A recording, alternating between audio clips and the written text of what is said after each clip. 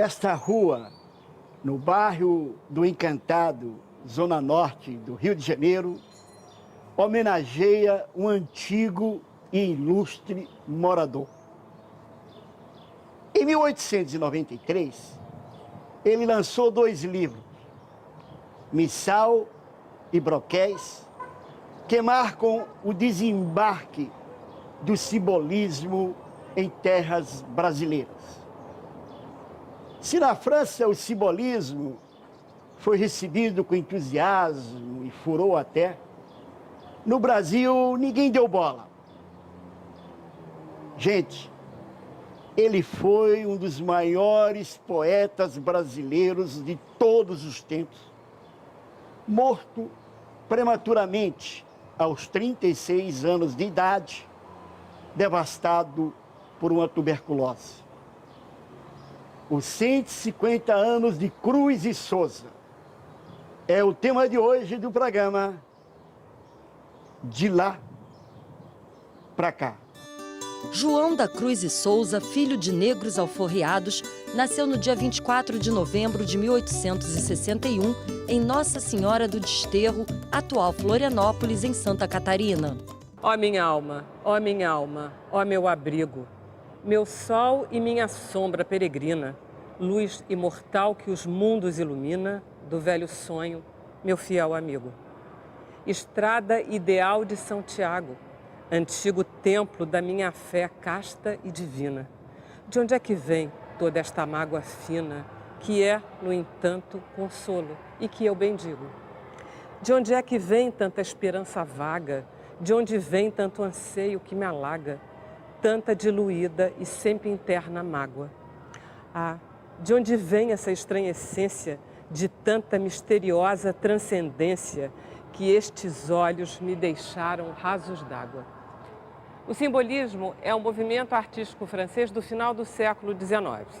Os poetas Baudelaire, Verlaine, o pintor Gauguin são simbolistas. No Brasil, nós temos a poesia de Cruz e Souza e este quadro do Eliseu Visconti mostra bem o que é o simbolismo. Os simbolistas são místicos, subjetivos, transcendentes. Mas é na musicalidade da palavra, do verso, que o poema simbolista é tão envolvente. Quem me mandou vir cá abaixo à terra arrastar a calceta da vida? Procurar ser elemento entre o espírito humano? Pra quê? Um triste negro, odiado pelas castas, batido das sociedades, mas sempre batido, escorraçado de todo leito, cuspido de todo lar, como um leproso sinistro? Cárcere das almas, Cruz e Souza. Ah, toda alma num cárcere anda presa, soluçando nas trevas, entre as grades do calabouço, olhando imensidades, mares, estrelas, tardes, natureza. Tudo se veste de uma igual grandeza, quando a alma entre os grilhões as liberdades sonha, e sonhando as imortalidades rasga no eterno espaço da pureza.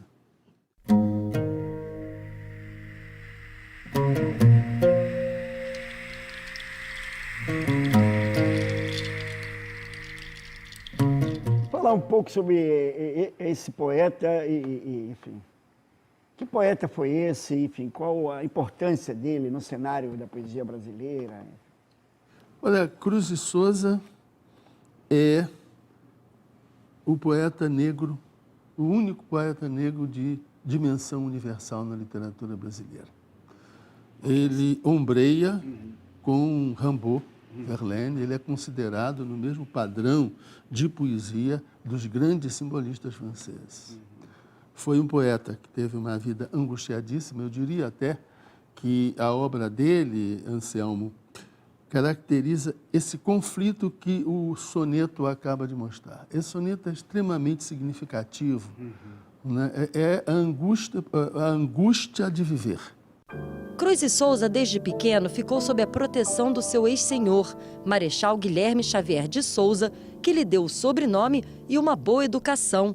O poeta estudou no Liceu Provincial de Santa Catarina, aprendeu francês, latim e grego e foi discípulo do alemão Fritz Miller, com quem aprendeu matemática e ciências naturais.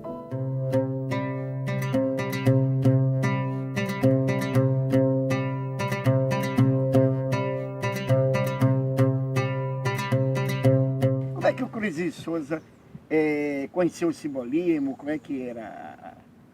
A história de vida do Cruz de Souza é muito curiosa, né? Ele é filho de escravos, ele nasceu em 1861, né? A escravidão rolando solta no Brasil, e ele é adotado pelo senhor lá da fazenda, que não podia ter filhos. E ele é criado como qualquer criança branca da época seria criada, né? E já no colégio ele começa a despertar o interesse dos professores, porque era um menino muito inteligente, que já escrevia coisas interessantes. E, inclusive, tem até um padre que dava aula para ele, que escreve uma coisa super bonita, né, falando sobre essa questão racial, né, de como que, dando oportunidade, né, ele via que aquela criança negra poderia produzir tanto ou mais que uma criança branca. Essa questão racial não era relevante. E aí, bom, o Cruz de Souza começa a ter toda essa educação e tem a oportunidade de ler esses livros, ler os clássicos, ler os poetas, e uma hora ele se esbarra com esses poetas do simbolismo francês, né? O simbolismo é uma tendência literária da poesia, que surgiu na França no final do século XIX. É uma poesia com interesse maior pelo particular e individual do que pela visão geral. Uma poesia que se opõe à poética parnasiana e se reaproxima da estética romântica. Os simbolistas procuram o mais profundo do eu e buscam o inconsciente, o sonho.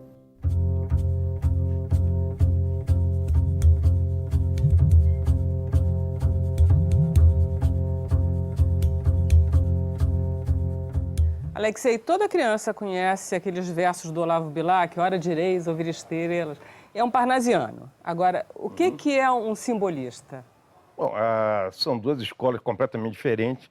Houve um movimento que é o parnasianismo, que tenta, se aproximando da ideia escultórica, quer dizer, da coisa clara, límpida, criar uma poesia mais racional, mais perfeita formalmente.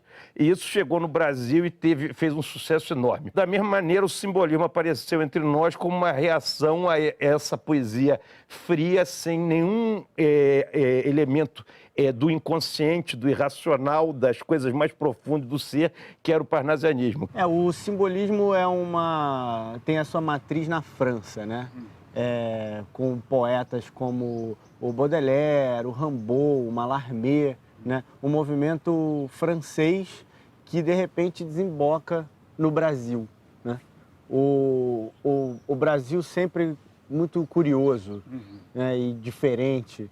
No mundo todo, na maioria dos países do mundo, o simbolismo, no seu tempo, né, no final do século XIX, foi o movimento principal, né, sendo o parnasianismo um movimento secundário. E no Brasil acontece justamente o oposto. Os parnasianos são os poetas principais, né, tendo o Olavo Bilac como a grande figura, e o simbolismo acontece no underground, assim, vai se esgueirando por outros caminhos. É o caso de Cruz de Souza. É o caso do Cruz de Souza, totalmente. Aurora acesa em cor de púrpura de cravos, opulentos, febris, ensanguinados, bravos, de ritmos leves de harpa e frêmitos e beijos, que são da natureza os trêmulos arpejos. Eu separei algumas coisas dele aqui, tem algumas que eu gosto muito, assim, é um poema que chama Violões que Choram.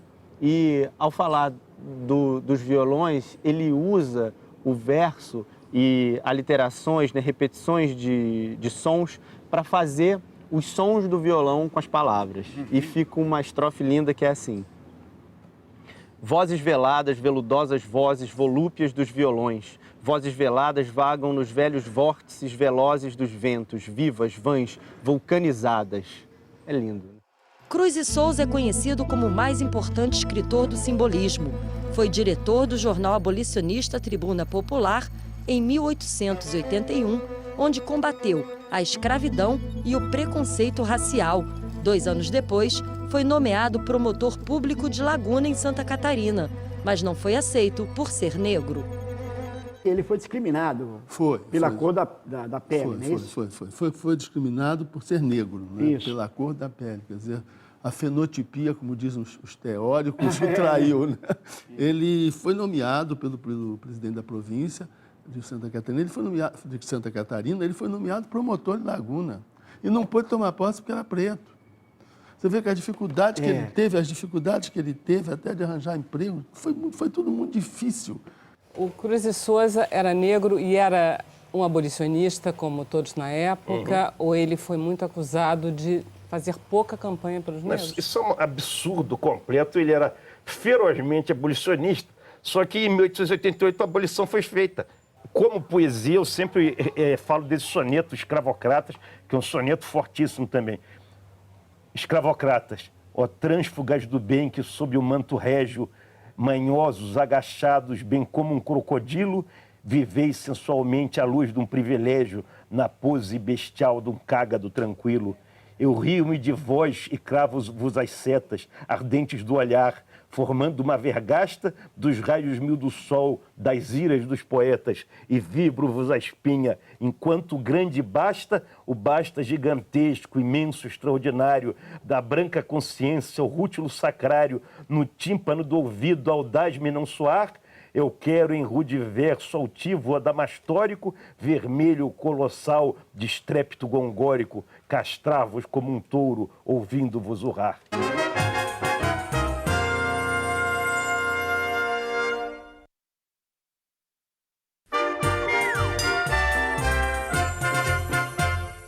João da Cruz e Souza. Gostei.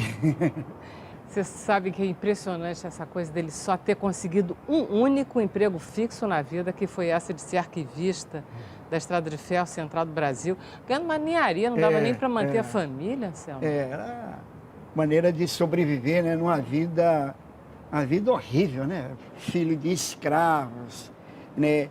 Morreu cedo, ele e os 4 filhos de tuberculose. E jamais foi reconhecido como um grande poeta. Na época que vivia, realmente, ele era um marginal, quer dizer, a elite intelectual brasileira da época simplesmente ignorava ele. A Academia de Letras, por exemplo, foi criada e não se pensou em chamar ele, entendeu? Enfim, um marginal, né? Agora, realmente, depois da morte, ele foi reconhecido, né? E hoje é considerado, eu acho que unanimemente, como um dos maiores poetas brasileiros de todos os tempos, não é isso?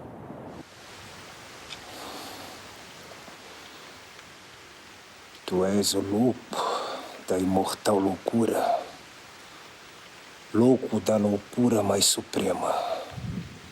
A terra é sempre a tua negra algema, prende-te nela a extrema desventura.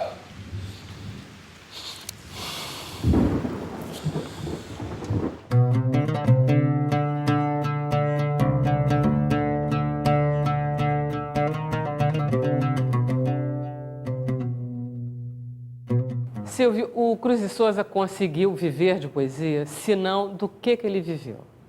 Nenhum poeta vive de poesia, ao menos no Brasil, né? Muito menos o Cruz e Souza.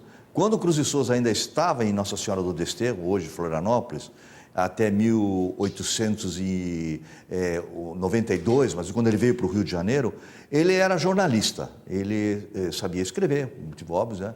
E tinha até um pequeno jornal, ele era uma pessoa que agitava muito na Nossa Senhora do Desterro. Quando ele veio para o Rio, ele veio com essa expertise. Ele conseguiu um emprego em jornal, assim, mas era uma coisa eventual. Ele acabou tendo um emprego como arquivista, que, no fundo, garantia uma certa sobrevivência, mas a gente sente nas entrelinhas que ele achava que aquilo era menor para ele, era arquivista da Central do Brasil.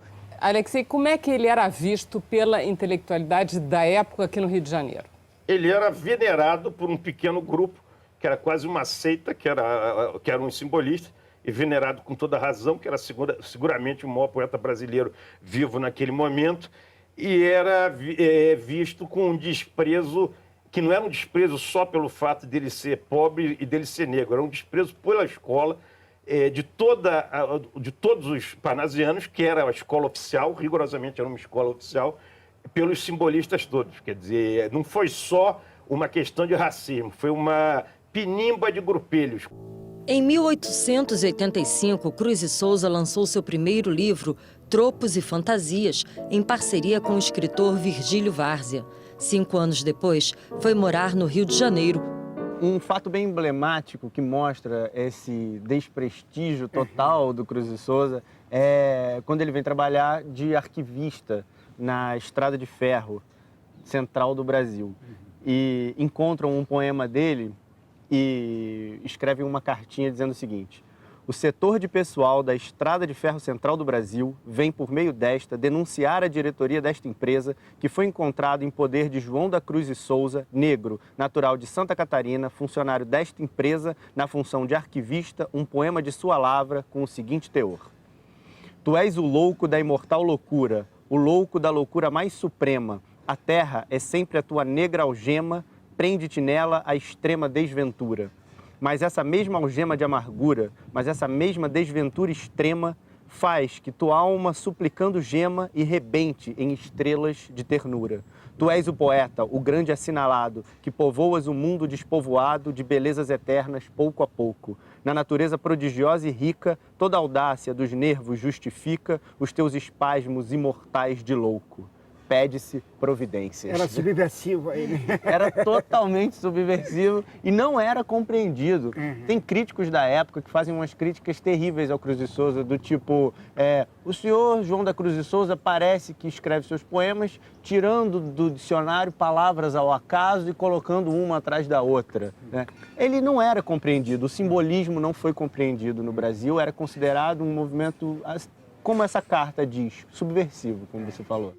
Flor do delírio, flor do sangue estuoso, que explode porejando caudaloso das volúpias da carne nos gemidos. Uma das coisas que tem o seu filme, e que eu queria que você falasse sobre isso, é sobre a sensualidade na obra do Cruz e Souza.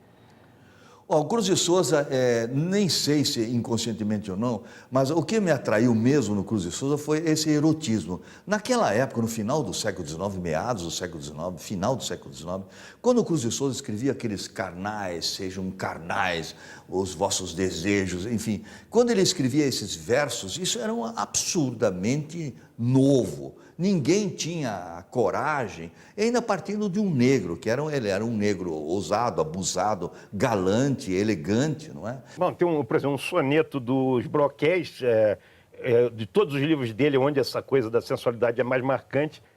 No século XIX, as mulheres se cobriam de cima a baixo. Quando o homem via uma mulher aparecendo isso aqui, ele já ficava num estado de êxtase extraordinário, coisa que desapareceu, obviamente, na nossa época.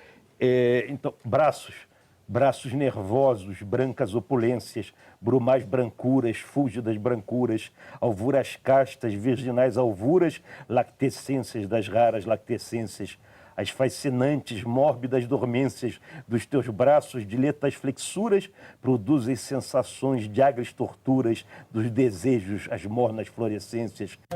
Em 1893, Cruz e Souza publicou Missal, com poemas em prosa, e Broquéis, livro de poesias. Os dois são considerados o marco inicial do simbolismo no Brasil, que perdurou até 1922, com a Semana de Arte Moderna. O Cruz e Souza, ele não... Quer dizer, ele não recebe as homenagens, né? Ele é ainda é muito desconhecido, né? Bom, o tipo de poesia que ele está fazendo não tem a menor repercussão naquela época. Como participante da sociedade, o Cruz e Souza é um infeliz, né? Ele não foi fácil, inclusive foi ponto de teatro, né? Percorreu vários lugares do Brasil como ponto de teatro. Casou-se teve uma paixão curiosa, teve uma paixão por uma mulher branca e loura, né? Depois, uma outra paixão, que foi a mulher com quem ele se casa, que é a Gavita. Cruz e Souza se casou com Gavita Gonçalves, com quem teve 4 filhos, que morreram precocemente, vítimas de tuberculose. Por conta disso, a mulher dele enlouqueceu. A mulher dele fica louca e ele escreve uma linda poesia. Queria que você mostrasse ela para mim. Ele escreve 2, uma durante a crise e uma quando ela sai da crise. E ele escreve um poema longo que está no Faróis, que se chama justamente Ressurreição. Alma, que tu não chores e não gemas, teu amor voltou agora. Ei-lo que chega das mansões extremas, lá onde a loucura mora. Veio mesmo o mais belo e estranho acaso destes lívidos países, mágica flor a arrebentar de um vaso com prodigiosas raízes. Veio transfigurada e mais formosa, essa ingênua natureza, mais ágil, mais delgada, mais nervosa das essências da beleza. Ela foi internada no nosocômio naquela época, e ele retirou do nosocômio e procurou, loucamente, tal qual ela, tentar curá-la em casa. E subitamente, tanto quanto teve o surto, ela saiu do surto da loucura. Foi sempre a minha herança, a cruel melancolia. Cruz e Souza morreu no dia 19 de março de 1898, aos 36 anos, vítima de tuberculose, no município mineiro de Antônio Carlos. Cruz Souza morre em condições terríveis. Ele é largado mesmo na morte. Ninguém ajuda ele morre de fome, praticamente. A loucura era uma coisa que ele vivia muito próximo, né? E ele morre nessas condições terríveis. Ele não vê sua obra ser reconhecida. Ele, nessa situação de miséria extrema, e nesse momento já de miséria orgânica, quer dizer, ele estava rigorosamente à beira da morte, e disseram para ele que a única coisa a fazer ele ir para um clima melhor que o do Rio de Janeiro, e ele vai para a cidade de Sítio, que hoje se chama Antônio Carlos, em Minas Gerais, se hospeda num hotel e morre no dia seguinte. Ele vai num vagão da Estrada de Ferro, como ele era um funcionário subalterno da Estrada de Ferro Central do Brasil, dão a passagem de graça, vai ele, a Gavita, e 2 dias antes de morrer, menos de 48 horas, na verdade, com uma mão extremamente trêmula já, ele escreve o último poema dele, que é um poema que deixa qualquer um impressionado por causa da placidez absoluta. Ao mesmo tempo que ele está se referindo a ele próprio, é um exemplo extraordinário de libertação espiritual da situação concreta da vida, que é Sorriso Interior. O nome já diz tudo, de certa maneira. O ser que é ser e que jamais vacila nas guerras imortais entra sem susto. Leva consigo esse brasão augusto do grande amor, da nobre fé tranquila. Os abismos carnais da triste argila, ele os vence sem ânsias e sem custo. Fica sereno num sorriso justo, enquanto tudo em derredor oscila. Ondas interiores de grandeza dão-lhe essa glória em frente à natureza, esse esplendor, todo este largo eflúvio.